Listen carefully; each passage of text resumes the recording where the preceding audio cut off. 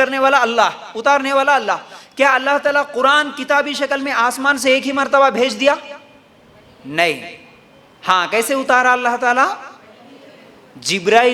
اللہ تعالیٰ جبرائیل علیہ السلام کو حکم دیتے، اور جبرائیل علیہ السلام وہ آیت لے کر کس کے پاس پہنچتے؟ نبی کریم صلی اللہ علیہ وسلم کے پاس.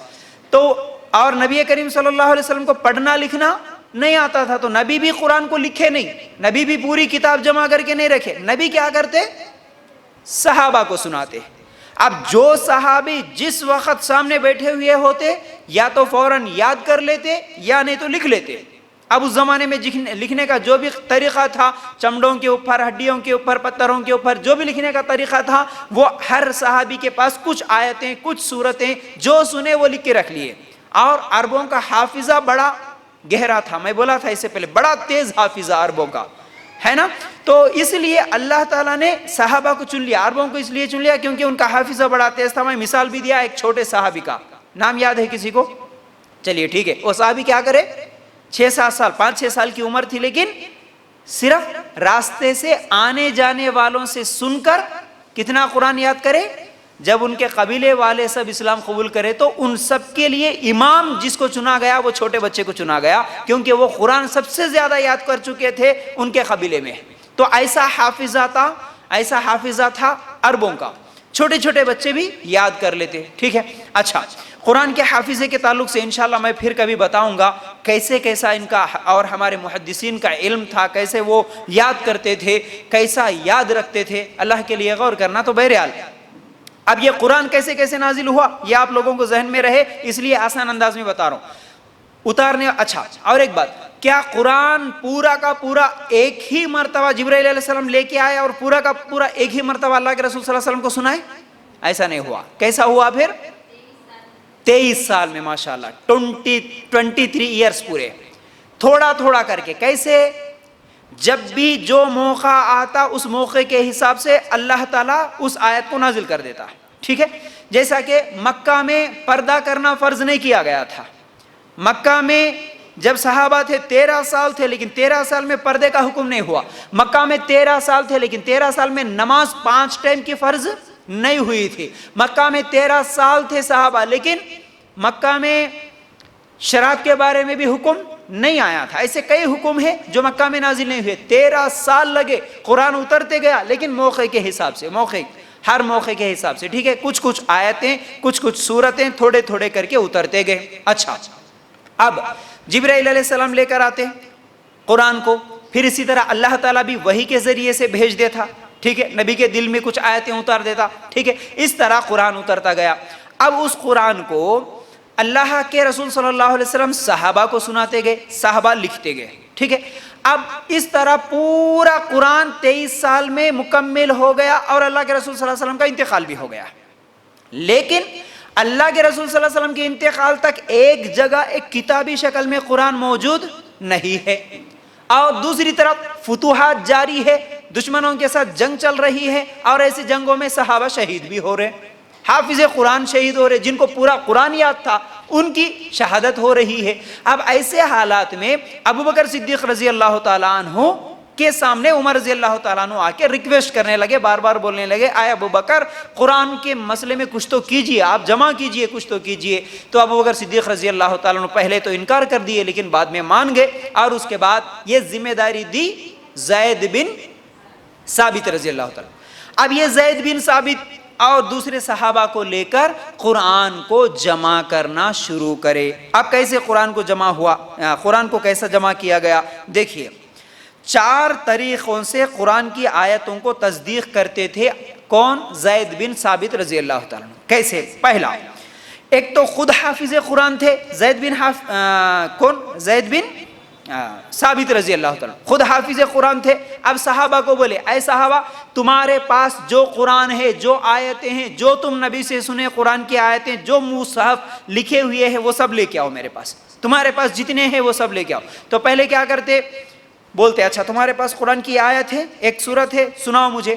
سنتے، سننے کے بعد کیونکہ یہ خود بھی حافظ قرآن تھے تو اب یہ 4 طریقوں سے تصدیق کرتے. پہلے وہ جو قرآن سنا رہے ہیں صحابی، وہ قرآن خود زید بن ثابت رضی اللہ تعالیٰ عنہ کیونکہ حافظ قرآن تھے، وہ سنتے تصدیق کر لیتے. ایک دوسرا کیا ہے، دو آدمی گواہ، جب تک دو آدمیوں کی نہیں اچھا دوسری چیز کیا ہے اس میں، عمر رضی اللہ تعالیٰ عنہ بھی ساتھ میں تھے، کس کے؟ زید بن ثابت رضی اللہ تعالیٰ عنہ کے. تو عمر رضی اللہ تعالیٰ عنہ اور دوسرے صحابہ، ان لوگوں کو بھی جو کمیٹی بنا کے رکھے تھے، ان لوگوں کے سامنے بھی وہ جو ابھی صحابی لے کر آئے اس آیت کو اور اس آیت کو سناتے. دیکھو یہ آیت آپ بھی سنے تھے کیا؟ ٹھیک ہے. عمر رضی اللہ تعالیٰ عنہ بھی اگر کہتے ہیں کہ ہاں یہ آیت اتری تھی، میں بھی سنا تھا، ٹھیک ہے. تیسرا طریقہ، دو آدمی جب تک گواہی نہیں دیتے کہ ہاں یہ آیت فلاں وقت فلاں جگہ اتری، میں بھی دیکھا تھا، گواہی دو آدمیوں کی جب تک نہیں لیتے تو اس وقت تک کسی اور صحابی کے پاس سے کوئی آیت نہیں لیتے. پھر چوتھا یہ کہ پیش کردہ آیت، یعنی جو صحابی آ کے سنائے اس آیت کے مقابلے میں دوسرے صحابہ بھی جو لکھے آیتیں، وہ آیتوں کو ان آیتوں سے مقابلہ کیا جاتا. مطلب یہ ہے کہ نبی سنائے، سننے والے ایک نہیں ہوتے نا، کئی صحابہ ہوتے. اچھا تم سنائے نا، ٹھیک ہے، اور یہ آیت اترتے خود کون تھے، ان کو بھی بلاؤ. اچھا ان سے بھی سنتے، ان کے پاس لکھی ہوئی ہے کیا؟ تمہارے پاس بھی لکھی ہوئی، ان کے پاس بھی لکھی، ان کے پاس بھی لکھی ہوئی. اچھا تم سنا رہے. اس طرح جتنے لوگوں کے پاس وہ آیت ہوتی، ایک دوسرے کے ساتھ مقابلہ کر کے دیکھ کے اس کے بعد زید بن ثابت رضی اللہ تعالیٰ عنہ ایک نسخہ بنائے. یاد رکھو، اگر نہیں سمجھ میں آیا تو بعد میں سوال کر لینا. اب یہ سب ایک نسخہ قرآن کا جو کہ الگ الگ آیتیں الگ الگ صورتوں کی شکل میں صحابہ کے پاس تھا، اب ایک جگہ جمع ہوا. کس کے زمانے میں؟ جی کنفیوز میں ہے بی سمجھ میں نہیں آئی بات. ابو بکر صدیق رضی اللہ تعالیٰ عنہ کے زمانے میں. یاد رکھ لو، اللہ کے رسول صلی اللہ علیہ وسلم کے انتقال کے فوراً بعد ابو بکر صدیق رضی اللہ تعالیٰ عنہ کے زمانے میں قرآن ایک مصحف کی شکل میں، ایک نسخے کی شکل میں تیار ہو گیا. اب یہ جو نسخہ تیار ہوا، اس میں ہر سورت الگ الگ تھی. مطلب جیسا کہ سورہ فاتحہ ہے قرآن کا سب سے پہلا سورہ، دوسرا سورہ کون سا ہے؟ سورہ بقرہ. تیسرا سورہ کون سا ہے؟ سورہ آل عمران. اس کے بعد سورہ نساء. تو اس طرح اب ایک جگہ تو جمع ہوا، لیکن سورہ فاتحہ کا الگ نسخہ، سورہ بقرہ کا الگ نسخہ، سورہ آل عمران کا الگ نسخہ. بہرحال الگ الگ سورتوں کے الگ الگ نسخے بنے. ایک جگہ نہیں جمع، ایک جگہ نہیں بنا، پھر بھی پوری قرآن ایک جگہ نہیں جمائے. زید بن ثابت رضی اللہ تعالیٰ عنہ ہر سورت کا الگ الگ نسخہ بنا کے رکھ دیے ابو بکر صدیق رضی اللہ تعالیٰ عنہ کے زمانے میں. اچھا، اور سورتوں کی ترتیب بھی نہیں تھی، صرف ایک نسخہ بنا. ٹھیک ہے بھائی، ایک نسخہ، ایک کتاب، مثال کے طور پر ایک کتاب بنے. اب اس کے اندر جیسا کہ ہمارے پاس بھی ہوتے نا پارے، چھوٹے چھوٹے پارے ہوتے نا، ایک پارا دو پارا، اس زمانے میں بھی ایک سورہ، دو سورہ، تین سورے، چار سورے، اس طرح 114 صورتیں الگ الگ نسخوں میں جمع ہو گئی.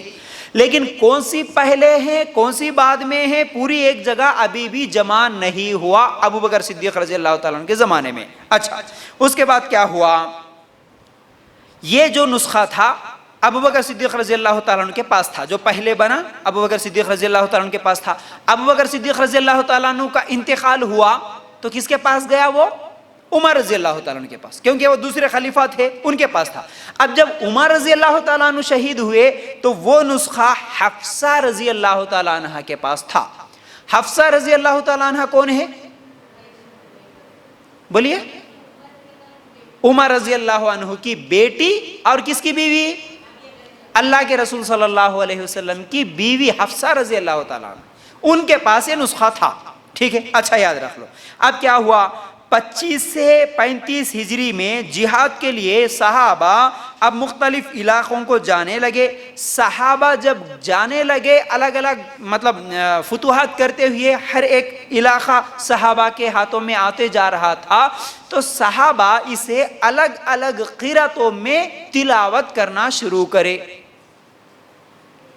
اہم بات بول رہا ہوں میں آپ کو، اچھا یاد رکھ لینا، اللہ کے لیے بڑی علمی بات ہے لیکن اچھی طرح سمجھنے کی کوشش کرو. صحابہ گئے، اب مکہ مدینہ میں نہیں ہے. دیکھیے پہلے مدینہ میں تھے، بعد میں مکہ فتح ہوا، پھر اس کے بعد ادھر یمن، مصر، کیا ہے، روم، ٹھیک ہے نا، اس طرح عراق، یہ سب چیزیں کہ ایک ایک ایک ایک کوفہ، بصرہ، یہ سب کیا ہے؟ مسلمان فتح کرتے ہوئے جا رہے. اب الگ الگ علاقوں میں جو بھی صحابی گئے، اب وہاں کے گورنر بنا دیے گئے، تو اب وہاں پر وہ تلاوت کر رہے. تو تلاوت کرنے کا طریقہ، قرأت کرنے کا جو طریقہ تھا، یہ الگ الگ طریقوں میں تلاوت ہو رہا تھا. قرآن مکمل 7 قرأتوں میں اس کی تلاوت ہو رہی تھی.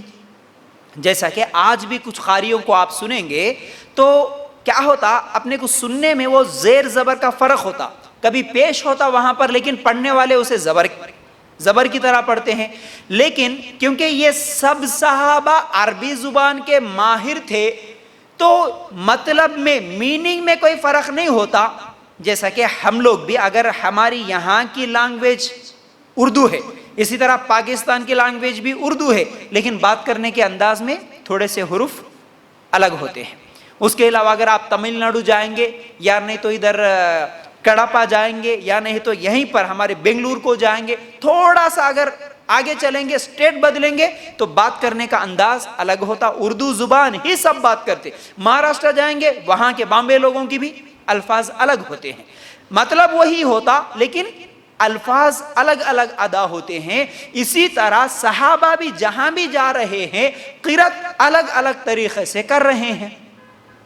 اب اس قرأت کے مسئلے کو لے کر پھر اختلاف ہونے لگا. ارے یہ صحابی اگر وہاں گئے تو وہاں پر جب نماز پڑھانے لگے تو وہاں کے لوگ بولنے لگے، آپ ایسے کیسے پڑھا رہے قرأت، ایسے کیسی قرأت کر رہے، ایسے کیسے قرآن پڑھ رہے، ہم نے تو آج تک نہیں سنا، آپ نیا طریقہ بتا رہے ہم کو.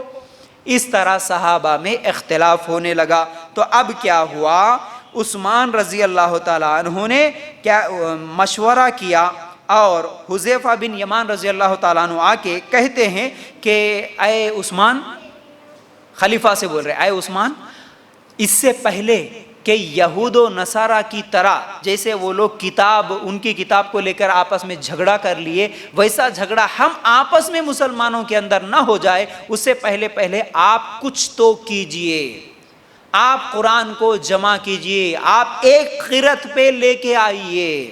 تو اس وقت اب دیکھو، یاد رکھ لینا 2 صحابہ کے نام. ایک کارنامہ ہوا قرآن کو جمانے کا ابوبکر صدیق رضی اللہ تعالیٰ عنہ کے زمانے میں. اب ایک قرأت پہ جمانے کا کام عثمان رضی اللہ تعالیٰ عنہ کے زمانے میں ہو رہا. کیسے ہوا؟ عثمان رضی اللہ تعالیٰ عنہ مشورہ کرتے صحابہ سے، اس کے بعد چاروں صحابہ کی ایک کمیٹی بنا کے ایک قرأت میں جمع کرنا پوری قرآن کو، یہ حکم دے دیتے. اب جو بھی جائیں گے ایک قرأت میں قرآن پڑھیں گے، اب اختلاف نہیں رہنا. ٹھیک ہے، اب کیا کرے، اب وہاں پر پھر ایک قرأت میں جمانے کی کوشش ہو رہی تھی. تو اب صحابہ اس قرآن کو، جسے کہا جاتا ہے، جو پہلی مرتبہ ایک مصحف کے شکل میں بنی، وہ کس کے پاس ہے ابھی؟ بولیے نا، حفصہ رضی اللہ تعالیٰ عنہ، اللہ کے رسول صلی اللہ علیہ وسلم کی بیوی، عمر رضی اللہ تعالیٰ عنہ کی بیٹی حفصہ رضی اللہ تعالیٰ عنہ کے پاس وہ قرآن ہے. اب عثمان رضی اللہ تعالیٰ عنہ اسے منگواتے ہیں. اب اسے منگوا کے اس کو سامنے رکھ کر نبی کریم صلی اللہ علیہ وسلم کے زمانے میں صحابہ کے پاس جتنے بھی صحیفے موجود تھے ان کو بھی منگوائے. اب اس کو اور اس کو دونوں کا مقابلہ کیا. اس وقت تک نئے مصحف میں شامل نہیں کیا جب تک اسے صحابہ کی انفرادی صحیفوں میں دیکھ نہیں لیا. سمجھ میں آ رہی بات؟ ایک کتاب تو ہے، ایک جگہ جمع ہوئی، جو کہ ابوبکر صدیق رضی اللہ تعالیٰ عنہ کے زمانے میں جمع ہوئی، لیکن ابھی بھی صحابہ کے پاس جو انفرادی طور پر لکھے سو چھوٹے چھوٹے ہے نا، مطلب کسی کے پاس ایک سورت ہے، کسی کے پاس ایک آیت ہے، وہ اللہ کے رسول سے سنے سو جتنی بھی قرآن لکھ کے رکھ لیے ہر صحابی کے پاس ہے. پھر اعلان ہوا کہ اے صحابہ، تمہارے پاس جتنا بھی ہے قرآن لکھا ہوا اسے لے کر آؤ. اب پھر وہ پورا قرآن اور یہ جو ابوبکر صدیق رضی اللہ تعالیٰ عنہ کے زمانے میں جمع ہوا یہ ایک قرآن کا نسخہ، اس کو دونوں کو دیکھتے ہوئے پھر ایک نیا نسخہ بنائے عثمان رضی اللہ تعالیٰ عنہ کے زمانے میں. اب ایک نیا نسخہ، اب اس نئے نسخے کو عثمان رضی اللہ تعالیٰ عنہ کے زمانے میں جب بنایا گیا تو سب بنانے کے بعد اب باقی صحابہ کے پاس جتنے نسخے تھے ان سب کو جلا دیے عثمان رضی اللہ تعالیٰ عنہ. اب باقی رکھے صرف ایک تو وہ جو ابوبکر صدیق رضی اللہ تعالیٰ عنہ کے زمانے میں تھا. اب پھر عثمان رضی اللہ تعالیٰ عنہ کے زمانے میں جو قرآن بنا اب یہاں پر سورتوں کی بھی ترتیب دی گئی عثمان رضی اللہ تعالیٰ عنہ کے زمانے میں. پہلے سورتوں کی ترتیب نہیں تھی، جیسا کہ آج ہم قرآن کھولتے ہی سورہ فاتحہ ہے، اس کے بعد بقرہ ہے، اس کے بعد آل عمران ہے. یہ نہ ابوبکر صدیق رضی اللہ تعالیٰ عنہ کے زمانے میں تھی، نہ عمر رضی اللہ تعالیٰ عنہ کے زمانے میں. کب؟ عثمان رضی اللہ تعالیٰ عنہ کے زمانے میں سورتوں کی ترتیب بنی. اچھا، آپ کو معلوم ہے عثمان رضی اللہ تعالیٰ عنہ کے زمانے میں اب ایک قرآن ایک جگہ جمع ہوا جو کہ الگ الگ صورتوں میں تھا، وہ سب ایک جگہ ایک کتاب میں جمع تو ہوا، لیکن اس کتاب میں بھی ابھی تک نہ زیر زبر نہ نقطے، زیر زبر پیش نقطے، ان کے بغیر ہی وہ قرآن تھا، کیونکہ وہ لوگ عربی زبان جاننے والے تھے، ان کو زیر زبر پیش اور نقطوں کی ضرورت نہیں تھی. مثال کے طور پر جو لوگ اردو میڈیم پڑھے ہیں، اردو لکھتے ہیں، آپ لوگ اردو پڑھتے ہیں، کیا اردو میں زیر زبر پیش ہوتے ہیں؟ نہیں ہوتے. عربی میں جیسے ہوتے ہیں ویسے اردو میں نہیں ہوتے. لیکن زیر زبر پیش کے بغیر ہی ہم لوگ اردو کے ان الفاظوں کو کہاں پیش آنا کہاں زیر آنا ہم لوگ پڑھ لیتے ہیں. اسی طرح وہ صحابہ عربی زبان کے ماہر تھے، ان کو بھی زیر زبر پیش کی ضرورت نہیں پڑی. عثمان رضی اللہ تعالیٰ عنہ کے زمانے میں اب ایک نہیں، اسی ایک کو بنانے کے بعد اس جیسے پورے 7 کاپی بنائے قرآن کے. عثمان رضی اللہ تعالیٰ عنہ کے زمانے میں پورے 7 قرآن بنے. جو ابوبکر صدیق رضی اللہ کے زمانے میں ایک تھا، اب اس کے 7 بنے، مکمل پورے 7. اب عثمان رضی اللہ تعالیٰ عنہ کیا کرے، ایک یمن کو بھیج دیے، ٹھیک ہے، ایک ملک شام کو بھیج دیے، ٹھیک ہے، اسی طرح کیا ہے، ایک مصر کو بھیج دیے، ایک مکہ میں رکھے، ایک مدینہ میں. اب جہاں جہاں مسلمان گورنر ہے وہاں ایک ایک کاپی بھیج دیا اور بولے کہ آج کے بعد یہی طریقہ ہوگا قرآن پڑھنے کا. اب